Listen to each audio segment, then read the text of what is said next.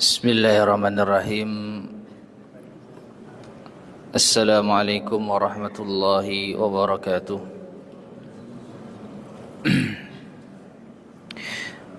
Innal hamdalillah nahmaduhu wa nasta'inuhu wa nastaghfiruh wa na'udzu billahi min shururi anfusina wa min sayyiati a'malina. Man yahdihillahu fala mudilla lahu wa man yudlil fala hadiya lahu. Wa asyhadu an la ilaha illallah wahdahu la syarika lah. Wa asyhadu anna Muhammadan abduhu wa rasuluh. Allahumma salli wa sallim wa barik ala nabiyyina Muhammadin wa ala alihi wa ashabihi wa man tabi'ahum bi ihsanin ila yaumiddin, amma ba'd. Ma'asyiral muslimin rahimani wa rahimakumullah. Melanjutkan kembali kajian kita membahas kitab Al-Islamu Muyassaran ila Fityanil Islam yang disusun oleh Syekh Ali ibn Hasan Al-Halabi rahimahullahu ta'ala. Kitab yang membahas tentang mudahnya agama Islam, khususnya ditujukan bagi para pemuda Islam, agar mereka mengetahui betapa mudahnya agama Islam ini, sehingga mereka antusias untuk semakin dekat dengan Islam, mempelajari Islam dan mengamalkan syariat Islam. Dan sekarang kita masuk pada poin yang ke-20 dari kitab ini. Qala al-muallif rahimahullah, al-masjidu ila fityanil Islam. Masjid, wahai para pemuda Islam. Berkata al-muallif rahimahullah, al-masjidu huwal makanul ladzi u'idda li ada'i salatil muslimina fi jama'atin.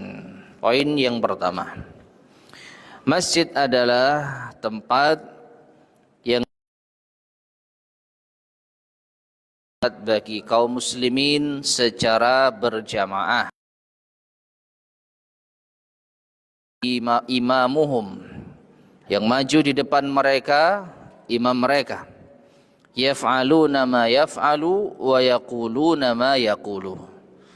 Mereka makmum, yaitu mengerjakan apa yang dikerjakan oleh imam, dan mereka juga mengucapkan apa sebagaimana sabda Nabi sallallahu alaihi wasallam, innama ju'ilal imamu liyu'tamma bih. Sesungguhnya imam itu dijadikan untuk diikuti. Ya, jadi ini adalah hal yang mendasar yang wajib diketahui oleh para pemuda Islam. Ya, di dalam Islam kita mengenal ada bangunan yang namanya masjid. Untuk apa? Untuk sholat jamaah. Apa sholat jamaah itu? Ya, sholat secara bersama-sama, dipimpin oleh seorang imam. Apapun yang dikerjakan imam, maka jamaah mengikuti. Apa yang dibaca imam, jamaah mengikuti. Fa illam yakun hunalika masjidun. Namun apabila di sana, yaitu di suatu tempat, tidak ada masjid, lisababin ma, karena sebab tertentu, fatajuzu salatu fi ayyi makanin tahirin, maka boleh salat di tempat manapun, tahirin yang suci, khalin minal muharramati wal atham, yang terbebas dari keharaman-keharaman dan dosa-dosa. Ya. Jadi salatnya kaum muslimin secara berjamaah itu di mana? Di masjid. Ya, baik masjid itu masjid al-qaum, masjid suatu penduduk tertentu, ataupun masjidul jami', masjid jami' yang diselenggarakan di sana salat Jumat. Kalau masjid al-qaum atau masjid desa sekarang dikenal dengan istilah musalla, ya, musalla atau surau atau langgar. Maka tempat ini dipakai untuk sholat berjamaah. Ya. Tapi kalau tidak ada masjid, tidak ada musalla, tidak ada langgar, tidak ada surau, maka boleh untuk mengerjakan salat dan berjamaah pula fi ayyi makanin, di tempat manapun, selama apa? Tahirin, suci, khalin minal muharramati wal atham, yang terbebas dari keharaman-keharaman dan dosa-dosa. Maknanya di tempat tersebut tidak ada hal-hal yang diharamkan, tidak ada dosa-dosa yang dikerjakan. Nah, dalam hal ini ma'asyarul muslimin rahimani wa rahimakumullah, Rasulullah sallallahu alaihi wasallam bersabda, "Ju'ilat liyal ardu masjidan wa tahuran." Dijadikanlah bagiku bumi ini, ya, seluruh permukaan bumi ini masjidan, tempat untuk salat. Masjidan artinya tempat untuk sujud. Makan lis sujud, yaitu tempat untuk salat, wa tahuran, dan juga dijadikan permukaan bumi ini bagiku, yaitu alat untuk bersuci. Kalau enggak ada air kita bisa apa? Tayamum. Nah itu hukum secara asal. Namun ada tempat-tempat tertentu yang dilarang oleh Nabi Shallallahu Alaihi Wasallam bagi kita untuk sholat di atasnya atau di tempat tersebut, baik sholat berjamaah ataupun sholat sendirian. Di antaranya terdapat hadis, namun hadis ini dilemahkan oleh para ulama kita, tapi nggak apa-apa kita bacakan saja. Diriwayatkan bahwa Nabi Shallallahu Alaihi Wasallam itu mengatakan, atau dari Ibnu Umar, ya, dari Ibnu Umar radhiyallahu anhu, beliau mengatakan, anna Rasulullah sallallahu alaihi wasallam naha an yusalla fi sab'ati mawatin. Nabi sallallahu alaihi wasallam pernah melarang untuk salat di 7 tempat. Perhatikan, hadis ini dhaif. Hadis ini didhaifkan oleh para ulama. Tapi mari kita coba, yaitu mengetahui apa saja 7 tempat tersebut. Beliau mengatakan fil mazbalati, di tempat sampah, wal majzarati, di tempat penyembelihan hewan, wal maqbarati, di kuburan, wa qari'atit tariq, di tengah jalan, wa fil hammami, di kamar mandi, wa fi ma'atinil ibil, di tempat unta itu duduk atau beristirahat atau menderum, wa fawqa dhahri baitillah, dan di atas atap Ka'bah. Hadis ini diriwayatkan oleh Imam At-Tirmizi, namun hadis ini sekali lagi apa? Dhaif. Ya. Nah, kalau kita perhatikan dari beberapa hal yang disebutkan di dalam hadis ini, ada yang jelas-jelas sahih secara nas dari Nabi Shallallahu Alaihi Wasallam, yaitu 3 tempat. Ya, dari 7 tempat yang disebutkan di dalam hadis yang dhaif tadi, ada 3 tempat yang ada hadis yang sahih menyebutkan tentangnya, yaitu kuburan, kemudian kamar mandi, kemudian tempat menderumnya unta. Kuburan, kamar mandi, dan tempat menderumnya unta. Tempat unta itu duduk mengeluarkan suara. Oleh Abu Dawud, Nabi SAW mengatakan, al-ardu kulluha masjidun illal maqbarata wal hammamah. Masjid atau bumi ini, permukaan bumi ini, seluruhnya adalah tempat untuk sujud, tempat untuk kita salat, kecuali kuburan dan toilet. Ya, kalau bicara kamar mandi itu identik dengan tempat mandi meskipun tidak ada toiletnya. Tidak, unta itu menderum karena sesungguhnya itu adalah para syaitan, atau termasuk di antara para syaitan. Nah, jadi dari 7 tempat yang disebutkan dalam hadis yang dhaif tadi, ada 3 tempat yang datang hadis sahih tentangnya. Adapun yang 4 yang tersisa, maka kalau kita cermati ma'asyar muslimin rahimati wa rahimakumullah, tidak sepenuhnya hadis dhaif ini salah. Dalam artian, apakah berarti boleh kita sholat di tempat sampah misalkan? Kan hadisnya dhaif. Hadisnya kan dhaif. Berarti tidak dilarang kita sholat di tempat sampah. Juga tidak dilarang kita sholat di tempat penyembelihan hewan dan seterusnya. Maka kalau kita perhatikan bahwa dilarangnya sholat di tempat sampah meskipun itu hadisnya dhaif, ini juga bisa kita pahami apabila di tempat sampah tersebut banyak apa? Najis. Demikian pula bau yang tidak sedap. Kemudian juga kotoran. Padahal kita ini kalau diperintahkan untuk sholat, apa kata Allah Subhanahu wa taala? Khudhu zinatakum inda kulli masjid. Pakailah, yaitu perhiasan kalian, sesuatu yang indah ketika kalian ingin apa? Mendatangi masjid. Jadi masjid itu justru dituntut untuk apa? Bersih, wangi. Karena kita sedang bermunajat dan beribadah kepada Allah Subhanahu wa taala. Maka kalau sholat di tempat sampah, apalagi dalam kondisi bukan darurat, belum lagi kalau ada najis dan lain sebagainya, tentu ini dilarang. Ya, jadi kita tidak boleh sholat di tempat sampah bukan berdasarkan hadis yang dhaif tadi. Tapi karena apa? Secara logika, ya, sholat itu bukan di tempat sampah.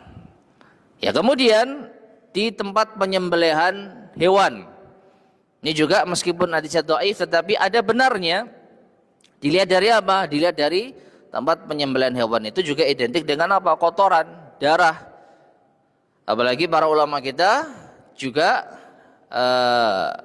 kalau tidak mau dikatakan sepakat, ya mayoritas mereka menganggap darah itu najis. Ya. Kalau tidak mau dikatakan sepakat, maka setidaknya mayoritas ulama berpendapat darah itu najis. Maka tidak mungkin kita sholat di tempat yang ada najisnya.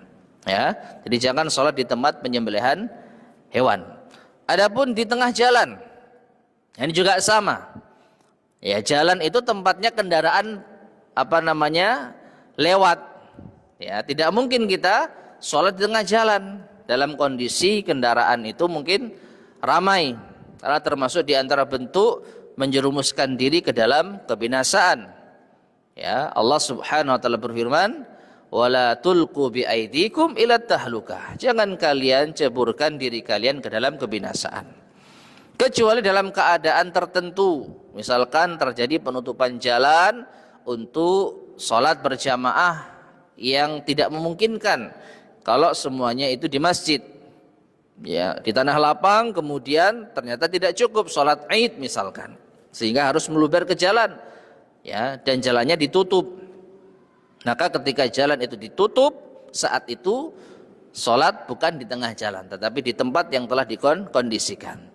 Tapi kalau di tempat jalan yang memang itu tempat kendaraan berlalu lalang, ya tentu kita tidak boleh sholat di sana. Ini membahayakan kita. Kemudian adapun wa fauqi dhahril bait. Yang keempat, ya dari 7 itu, yang 3 hadisnya sahih, yang 4 ini yang terakhir di atas Ka'bah. Ada yang mengatakan di atas Ka'bah itu seseorang sulit untuk bisa menghadap ke arah kiblat. Bahkan sebagian punggung kita akan membelakangi kiblat. Namun pendapat semacam ini kurang tepat. Kenapa? Karena Nabi SAW pernah sholat di dalam Ka'bah. Di dalam Ka'bah. Ya, waktu Fatu Mekah. Ketika kota Mekah berhasil dikuasai oleh kaum muslimin, Nabi SAW masuk ke Ka'bah lalu sholat di sana. Ya, berarti ada bagian punggung Nabi yang menghadap atau membelakangi Ka'bah. Maka tidak ada masalah dalam hal ini. Demikian pula sholat di atas Ka'bah. Tentu saja jika memungkinkan, ya, jika memungkinkan. Tapi kalau memaksakan diri atau bahkan melanggar aturan setempat, maka tentu dilarang. Ya, ala kulli hal, dari 7 hal yang disebutkan di dalam hadis dhaif tadi, kesimpulannya 3 tempat ada hadisnya yang sahih, kemudian 3 tempat, ya, itu masuk akal dalam artian secara logika bisa kita terima kenapa sholat di situ dilarang, meskipun kita tidak menggunakan dalil hadis yang dhaif ini. Secara logika kita bisa memahami kenapa sholat di tempat sampah tidak boleh, kenapa sholat di tempat penyembelihan tidak boleh, kenapa sholat di tengah jalan tidak boleh. Adapun yang satu, yaitu sholat di atas Ka'bah, maka wallahu a'lam bishawab, maka tidak larangan ini, ya, hal yang mendukung larangan ini. Nah selain itu semua, maka kita boleh sholat di manapun, selama tidak ada benda najisnya. Ada satu lagi yang disebutkan oleh para ulama, meskipun tidak terdapat hadis yang sahih, yaitu dilarang kita sholat di tempat rampasan. Apa artinya rampasan? Seseorang merampas tanah milik orang lain misalkan. Jadi ada tanah milik orang lalu dikuasai secara sepihak, lalu sholat di sana, maka dilarang. Ya, meskipun para ulama juga menyebutkan sholatnya sah, tapi dia berdosa karena melakukan tempat ibadah di tempat yang tidak halal baginya. Wallahu a'lam bishawab. Taib. Kemudian poin yang kedua, berkata al-mu'allif rahimahullah ta'ala, walil masjidi fil islami makanatuhul kubra, dan masjid di dalam Islam memiliki kedudukan yang besar, wa manzilatuhul uzma, dan memiliki derajat yang tinggi. Di antaranya wadzalika min jihati kaunihi manarata hidayatin li umumil mu'minin. Masjid merupakan tempat yang terdapat di dalamnya menara hidayah bagi umumnya kaum mukminin. Ya, kaum mukminin kalau kita perhatikan ya, banyak mendapatkan berbagai macam manfaat, petunjuk dan hidayah ketika mereka berada di masjid, setidaknya dengan menghadiri sholat Jumat, mendengarkan khutbah Jumat. Ada ayat-ayat yang dibacakan, hadis-hadis Nabi SAW yang diperdengarkan, maka setidaknya kaum muslimin mendapatkan hidayah, pernah mendengar ayat yang dibacakan khatib, pernah mendengar hadis yang dibacakan oleh khatib. Belum kalau hadir di majelis taklim dan lain sebagainya. Kemudian wa min jihati annahu mahdanu tarbiyatin wa islahil abna'il muslimin wa islahin li abna'il muslimin. Juga di antara kedudukan yang tinggi bagi masjid, di sana ada tempat tarbiyah, pendidikan dan islah, perbaikan terhadap anak-anak kaum muslimin. Ya, kalau kita dulu di masjid-masjid, di musala-musala itu pasti ada TPQ-nya, di mana anak-anak kaum muslimin diajarkan membaca Al-Quran, membaca zikir-zikir. Ini adalah tempat pendidikan yang sangat baik bagi kaum muslimin. Di mana? Di masjid. Walaqad qala an-nabiy sallallahu alaihi wasallam, dan sungguh Nabi sallallahu alaihi wasallam telah bersabda, ahabbul biqa'i ilallahi al-masajid. Ya, tempat yang paling dicintai oleh Allah adalah masjid secara mutlak, ya. Dari seluruh tempat yang ada di permukaan bumi ini, yang paling dicintai oleh Allah adalah al-masajid, masjid-masjid. Fafihi yuqaddimul muslimuna a'zama ibadatihimul amaliyati li rabbil alamin. Maka di sana, di masjid itu pula kaum muslimin menjalankan ibadah yang paling agung, ibadah mereka yang paling agung berupa amalan, yaitu salat yang ditujukan kepada Rabbul Alamin, Allah Tuhan semesta alam.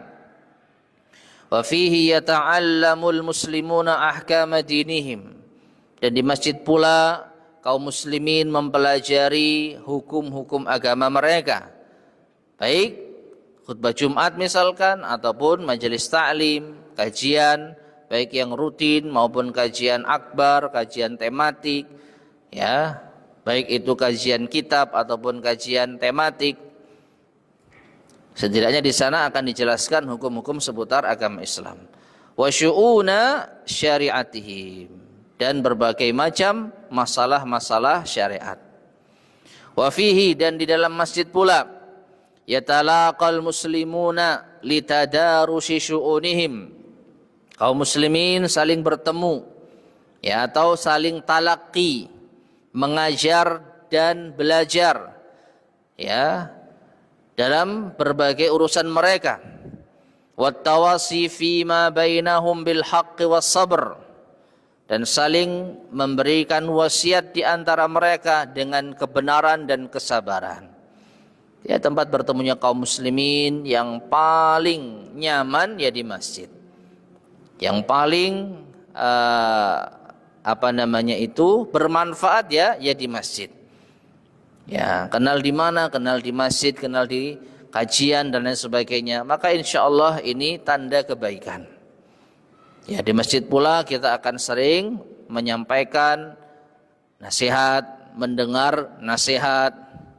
Ya, lebih mudah kalau kita menyampaikan kebaikan itu di masjid, karena kondisi kita sudah siap mendengarkan nasihat, mendengarkan arahan, dibanding di tempat-tempat yang lain.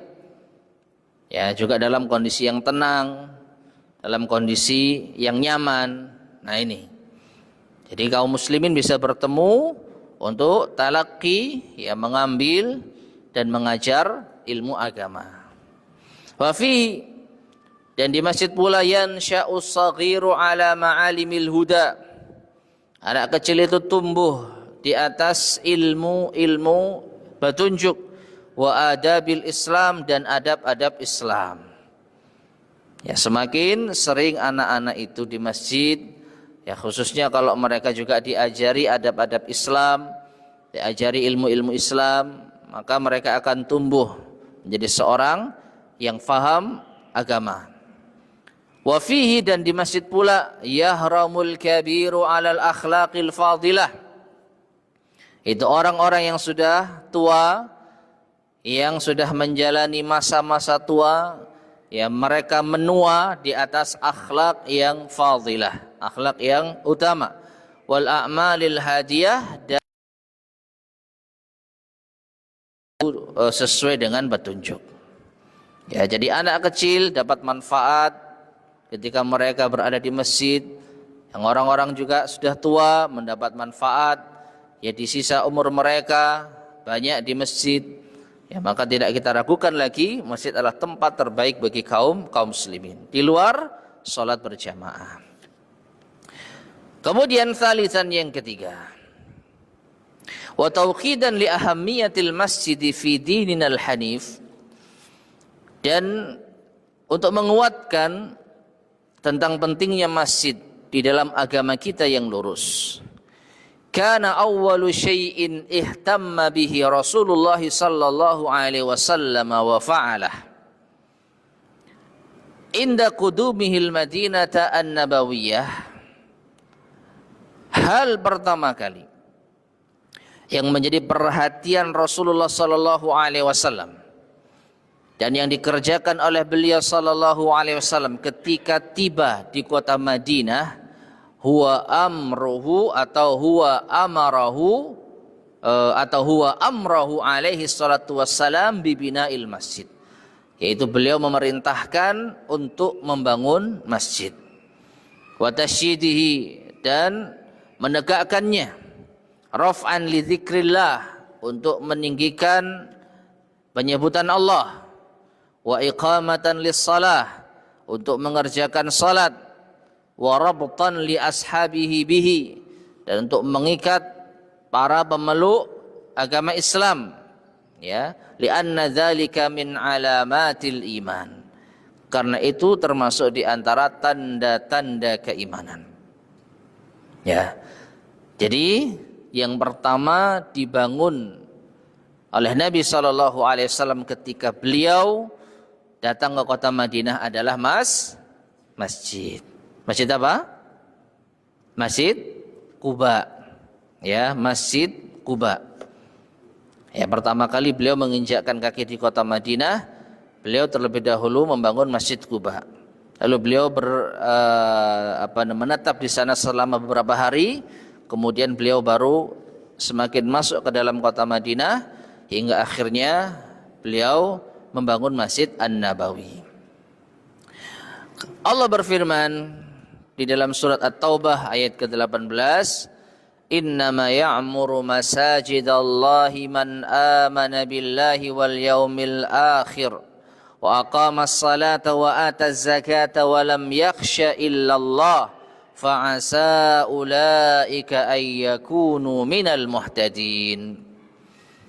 Yang artinya, sesungguhnya orang-orang yang memakmurkan masjid-masjid Allah adalah orang yang beriman kepada Allah dan hari akhir, orang yang menegakkan salat dan menunaikan zakat dan tidak takut kecuali hanya kepada Allah, maka semoga mereka termasuk di antara orang-orang yang mendapatkan petunjuk. Ya. Jadi termasuk di antara alamatul iman, tanda keimanan adalah memakmurkan masjid. Dan para ulama kita menjelaskan memakmurkan masjid itu ada dua makna. Makna yang pertama dari segi amaliyah, dan ini yang paling utama. Masjid dimakmurkan dengan berbagai macam kegiatan-kegiatan yang manfaat. Yang paling utama tentu sholat 5 waktu. Ya. Jadi bangun masjid tapi nggak ada yang sholat, nah ini percuma. Bangun masjid yang utama untuk sholat 5 waktu.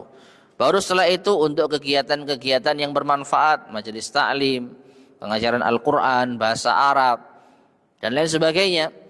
Nah, itu memakmurkan dari segi amaliyah.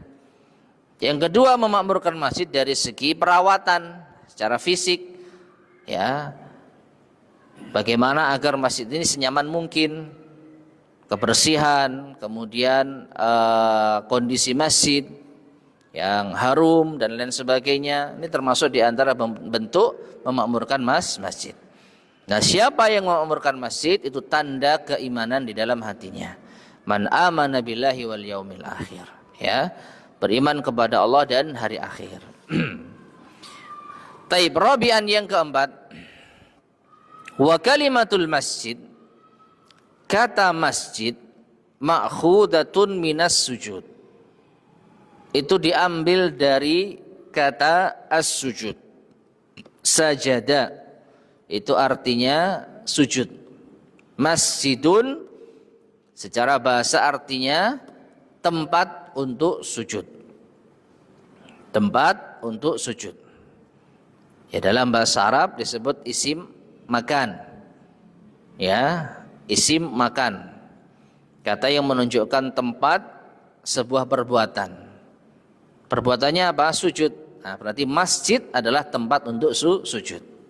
Itu secara asal. Wa huwa min ahammi arkanis shalah, dan sujud itu termasuk di antara rukun terpenting di dalam salat. Kondisi seorang hamba yang paling dekat dengan Tuhannya adalah ketika ia sujud. Yang di sana kita juga dianjurkan untuk memperbanyak doa. Ya. Para ulama kita menjelaskan kondisi yang paling dekat seorang hamba dengan Tuhannya adalah ketika sujud. Ini bukan dari kedekatan secara fisik. Karena apa? Kita Ahlus Sunnah wal Jamaah meyakini Allahu fis sama. Allah ada di atas langit. Justru ketika kita sujud semakin jauh dari apa? Langit. Betul? Semakin kita berdiri, semakin kita tinggi, semakin kita naik, semakin dekat dengan langit. Ya. Semakin dekat dengan Allah secara fisik. Tapi Rasulullah SAW menyebutkan justru ketika sujud itu adalah kondisi kita yang paling dekat dengan Allah.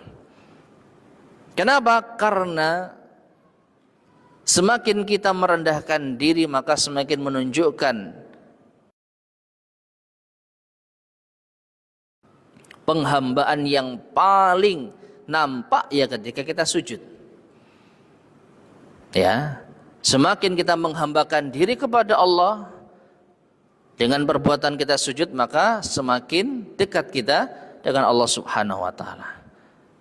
Nah, kondisi dekat ini dianjurkan untuk memperbanyak doa. Makanya para ulama kita memasukkan di antara posisi atau kondisi doa kita itu mustajab, yaitu ketika kita apa? Sujud. Ya. Nah, jadi masjid diambil dari kata tempat sujud. Satu rukun salat yang paling utama. Allati hiya a'zamu a'malil imani al-amaliyah, dan salat sendiri adalah amalan keimanan yang paling agung. Bal hiya amududdin, bahkan salat adalah tiang agama. Ya. Kalau membahas keutamaan salat, maka sudah kita jelaskan di pertemuan awal dalam kajian kita ini. Pentingnya salat. Nah, masjid adalah tempat kita mengerjakan amalan yang paling penting di dalam agama kita. Min ajli hadza sya'nil azim, karena kedudukan yang agung inilah ja'ar rabtul qur'ani bainal masajidi wat tauhid.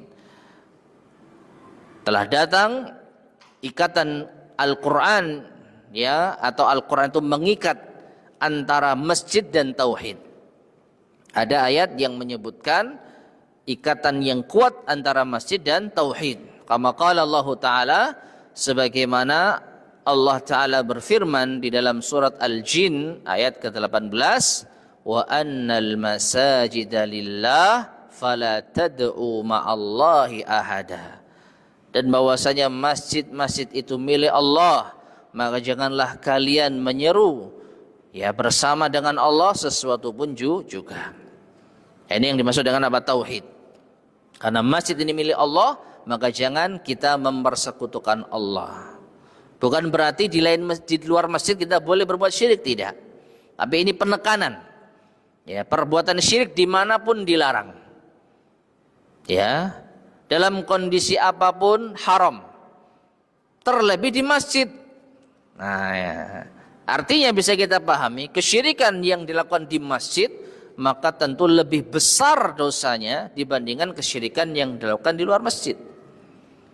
Ya, semakin mulia suatu tempat, maka semakin besar dosa yang dilakukan apabila dikerjakan di sana. Ya, mencuri haram, tapi mencuri di masjid lebih besar keharamannya daripada mencuri di tempat lain. Berzina haram, ya, tapi berzina di masjid jauh lebih buruk, ya, dibandingkan dengan berzina di tempat yang lain. Karena apa? Seiring dengan pahala yang didapatkan kalau kita melakukan amalan di masjid itu lebih mulia, demikian pula kalau kita melakukan dosa maka lebih besar apabila dikerjakan di masjid. Ya, perbuatan syirik haram dimanapun dilakukan, kapanpun. Tapi kalau dilakukan di masjid maka lebih haram lagi. Nah, jadi Allah Subhanahu wa taala mengaitkan antara masjid dengan tauhid. Iqamatan lil ubudiyyati shadiqah. Di masjid ini ditegakkanlah penghambaan diri yang jujur, wa tahqiqan lit tauhidil haq, dan sebagai perwujudan dari tauhid yang benar. Khamisan, yang kelima, wal wajibu ala kulli muslimin, maka wajib bagi setiap muslim qadirin, yang mampu, mustati'in. Ya, sama, qadir, mustati' maknanya sama, memiliki kemampuan.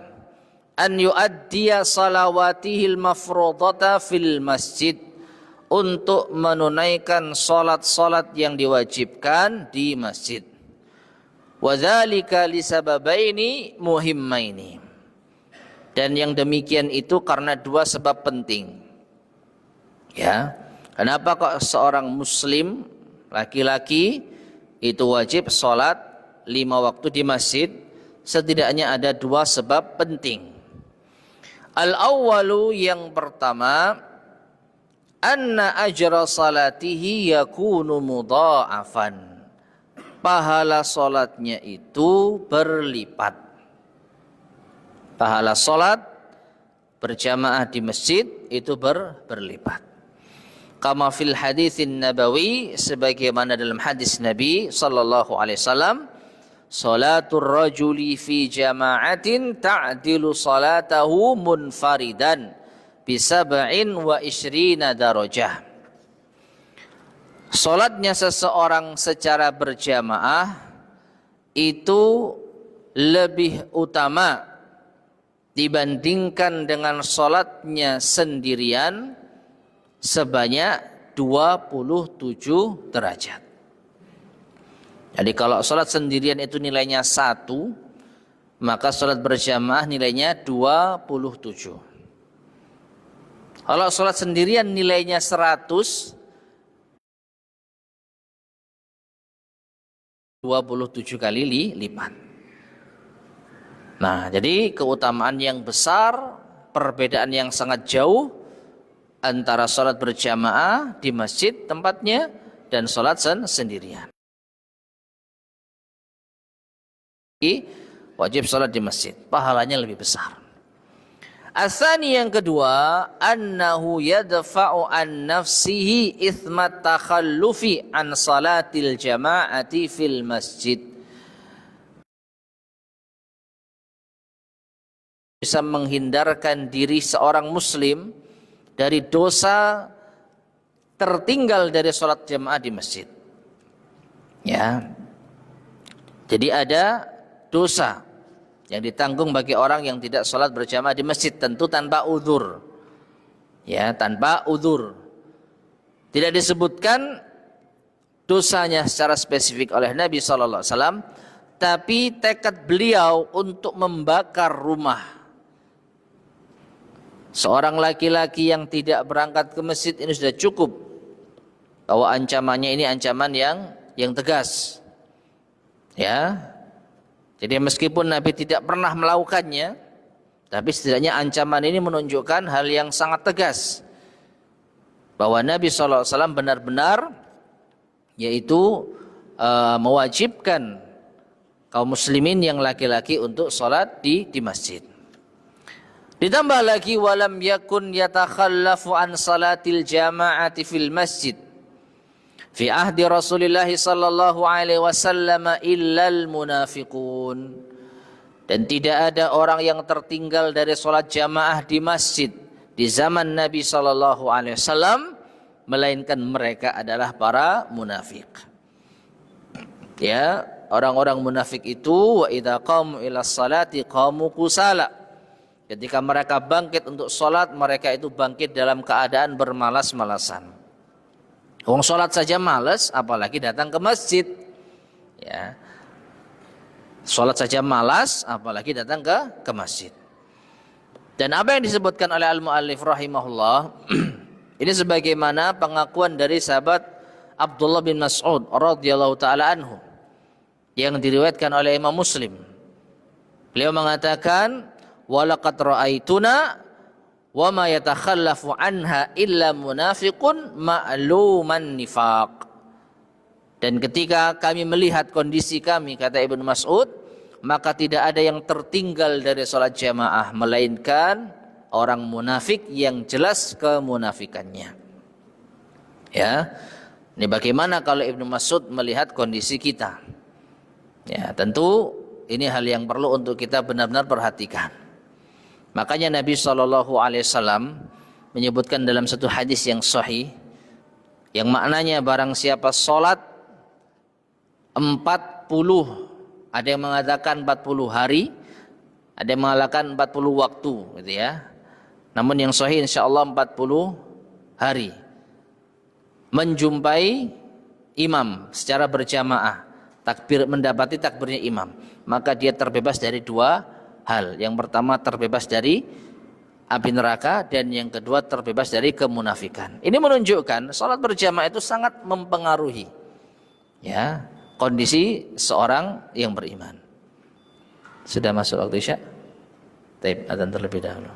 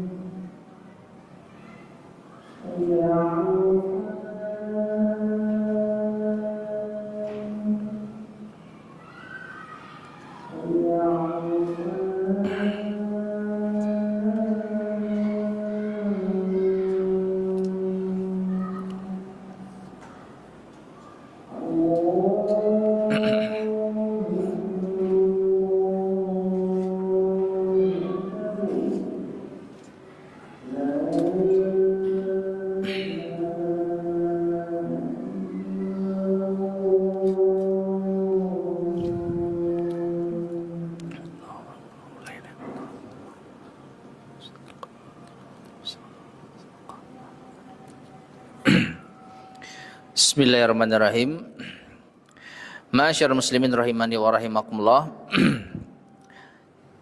Jadi Ibnu Mas'ud radhiyallahu ta'ala anhu memperhatikan kondisi para sahabat, maka beliau itu mengamati bahwa tidaklah orang yang tertinggal dari salat jamaah yang menghalanginya hadir salat jamaah di masjid, kal maradhi, karena sakit misalkan, au bu'dil masafah, atau jauhnya jarak, ya, tidak ada masjid yang dekat, yang terjangkau, atau bisa naik kendaraan tapi kendaraannya pas rusak misalkan.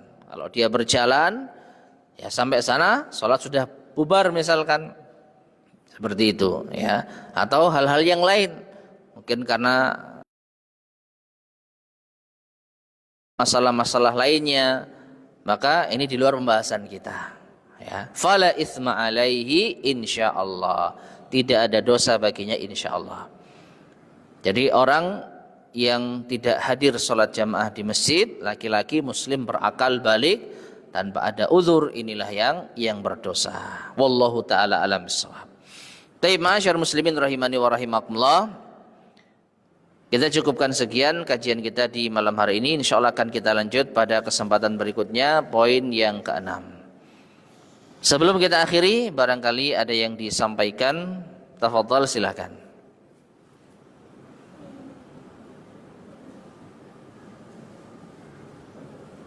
Ya. Sama hadis yang 40 hari tadi, bila kita punya tajam, kemudian kita pas lagi safar, itu kemungkinan kan absen. Kita mulai dari nol apa? Ya, wallahu a'lam bissawab. Yang saya pahami yang betul-betul bisa konsisten. Jadi 40 hari benar-benar tidak terlewatkan sholat jamaah. Kalau safar bagaimana? Ya ini juga menjadi satu resiko. Bisa kita upayakan ya ketika safar ya pas sholat jamaah, datang sholat ya kita ke masjid. Ya. Jadi memang tantangannya berat, tapi pahalanya juga nggak main-main. Dijamin loh, terbebas dari api neraka dan terbebas dari kemunafikan. Ya, bukan berarti yang bolong-bolong sholat berjamaahnya terancam munafik atau tidak bisa masuk surga, tidak. Ini adalah diantara kabar gembira dari Nabi SAW. Siapa yang ingin masuk surga dengan mudah, nah, pastikan Anda menghadiri sholat jamaah ya di masjid, menjumpai takbirnya imam selama 40 hari. Nah ini nggak main-main ini ya. Tapi bukan berarti kalau sudah terpenuhi setelah itu kita wis petang puluh dino. Ya mungkin ada orang yang bisa targetnya, apalagi pemuda. Ya biar nanti masa tua saya bisa nyantai-nyantai, maka saya 40 hari ya di masjid terus, tak tinggal nang masjid, dibelani nang masjid ya. Maka tentu ini keliru ya. Jadi wallahu a'lam bishawab. Ya niat yang ikhlas dibarengi dengan usaha. Inilah yang insya Allah akan mendapatkan pahala tersebut. Wallahu a'lam bishawab. Baik, ada lagi yang sampaikan? Ya.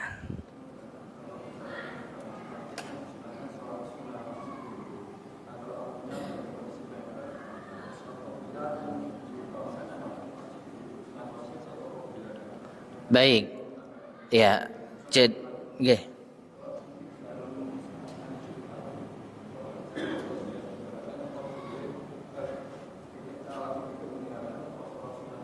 Baik.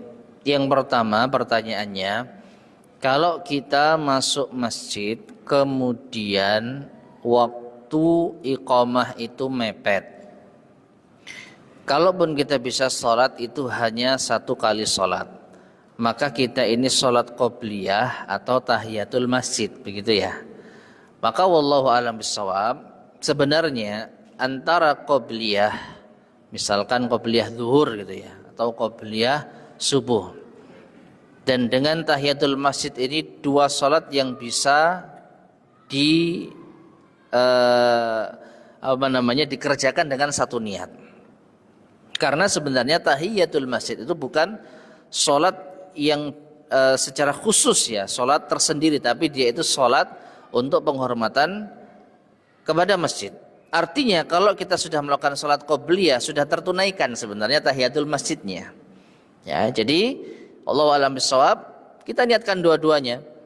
Misalnya kita hanya bisa mengerjakan sholat 2 rakaat saja karena waktu qomatnya mepet, maka kita niatkan sholat qobliyah dan tahiyatul masjid. Itu pertanyaan yang pertama. Pertanyaan yang kedua, kalau kita datang di saat khatib telah berkhutbah di hari Jumat, maka apakah kita duduk langsung atau kita juga sholat 2 rakaat? Jawabannya sholat 2 rakaat. Memang mendengarkan khutbah itu wajib. Termasuk di antara kewajiban saat sholat Jumat adalah mendengarkan khutbah. Tetapi terdapat hadis dari Nabi SAW bahwa ada seseorang yang datang ke masjid saat beliau khutbah, langsung duduk. Ditanya oleh Nabi SAW, apakah kamu sudah sholat 2 rakaat? Ya, belum. Maka Nabi merintahkan sholat dulu 2 rakaat. Nah, di antara para ulama memahami atau bahkan dengan hadis ini berpendapat kalau sholat 2 rakaat sebelum duduk di masjid itu wajib. Kan khutbah itu wajib. Tapi ternyata Nabi SAW justru memerintahkan sholat dulu sebelum mendengarkan khutbah dengan duduk tadi. Ya, kalau seandainya Nabi SAW tidak akan menyuruh orang itu untuk bangkit dari duduknya mengerjakan sholat 2 rakaat. Ya, jadi wallahu a'lam bishawab, jangan duduk langsung ya, tapi sholat dulu 2 rakaat. Taib, sedikit tambahan dari pertanyaan.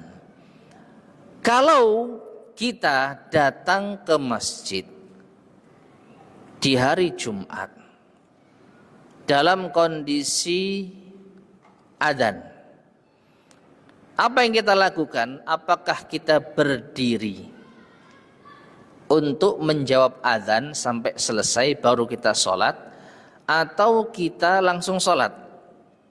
Nah, maka kita bahas sekarang. Menjawab adzan hukumnya apa? Sunnah, bukan wajib kan? Mendengarkan khutbah hukumnya wajib. Maka di sini mana yang kita dahulukan? Mendengarkan khutbah. Bagaimana supaya kita bisa segera mendengarkan khutbah? Ya, ketika azan kita sholat. Syukur-syukur setelah sholat azan berhenti, kita langsung bisa mendengarkan khutbah. Ya. Nah, ini hal yang dijelaskan oleh sebagian para ulama kita. Jadi kalau pas kita datang sholat Jumat itu azan, langsung sholat tahiyatul masjid, agar kita bisa segera mengambil tempat untuk mendengarkan khutbah. Wallahu a'lam bishawab. Ada lagi yang sampaikan? Baik, jika tidak ada, kita cukupkan sekian. Mudah-mudahan bermanfaat. Kurang lebihnya saya mohon maaf. Kita akhiri. Subhanakallahumma bihamdika asyhadu an la ilaha illa anta astaghfiruka wa atubu ilaik. Alhamdulillahirabbil alamin. Wassalamualaikum warahmatullahi wabarakatuh.